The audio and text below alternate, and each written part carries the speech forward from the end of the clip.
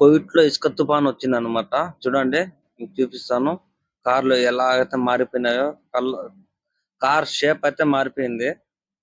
నల్ల కారు ఎర్రగా అయితే అయిపోయింది. చూడండి ఎంత దుమ్ము అనేది వచ్చిందో.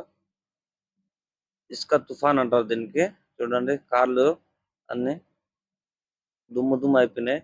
అలా ఉండే కార్లని ఇలా అయితే మార్చాలా డ్రైవర్లు, ప్రతి ఒక్కరు. చూడండి కార్లు ఎలా మెరుస్తున్నాయి ఇప్పుడు. బాగున్నాయి కదా కార్లు.